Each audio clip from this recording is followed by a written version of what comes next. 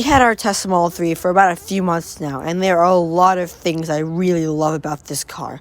However, I wish before buying it I knew a couple of things before actually getting a Tesla. So here are 5 things I wish I knew before buying a Tesla. The first thing is the first one is actually back here, and it's basically how much it costs to repair a Tesla. Now, a couple months ago, we actually experienced our first repair of our Tesla, which was right back here and on the other side. I'll put up some pictures throughout this clip, but basically the entire thing was smashed and was needed to be repaired.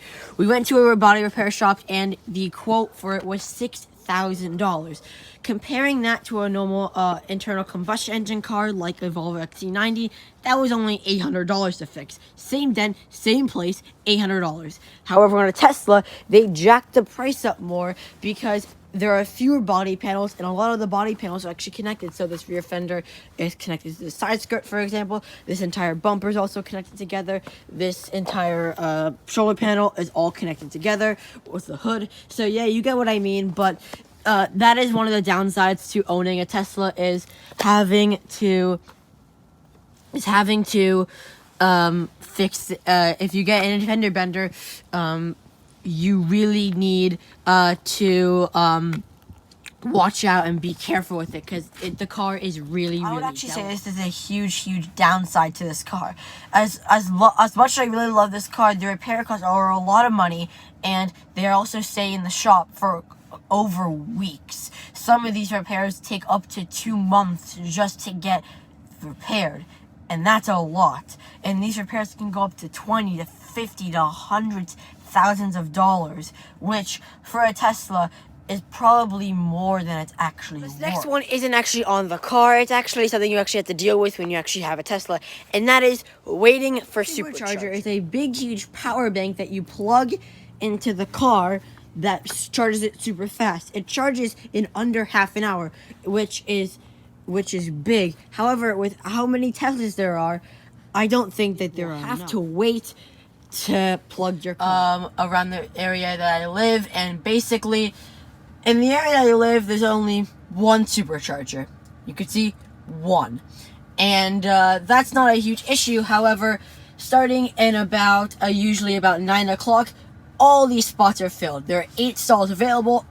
All 8 are filled, and usually you will have to wait. Now, if that one's filled, where do we go? There are a lot in Boston, for example. There's one here, one here, one here, but most of these aren't actually actual superchargers. These are mostly compact superchargers, or other types of superchargers, like the garage kind or other kind of superchargers. So technically, these superchargers don't charge as fast as these superchargers, because these superchargers charge faster than the other superchargers. But that doesn't really matter. What matters is that there needs to be a lot more superchargers, like at Boston College, for example, or even around places where Teslas don't even go. There still should be superchargers there, because so many people have Teslas, and Teslas have really taken over the car industry. Next one is something that I really wish I knew about it, is the performance suspension. Now, the one you're looking at is a Tesla Model 3 performance, and basically it is really low to the ground. Now, before, I thought that the performance suspension was the same height as the normal long range and standard range. However, it is actually lower to the ground, which means that going over speed bumps and things, and coming into the driveway, it is kind of difficult, because you're really going to be having a lot of trouble scraping with just that much amount of room. So it is a little something that I really hate about it, but the good trade-off is that it handles really well, and it really does feel like you're driving. This next one is something I really do hate about this car, and that is especially with the 19-inch sport wheels that we have on our car, it doesn't really help. So let's just go around and see if we got curb rash on any of them. There's some curb rash there. I don't know if you can really see that, and there's a mark there. Where else is there a mark? Yeah, that's basically all the curb rash there. on this one, there is some curb rash there.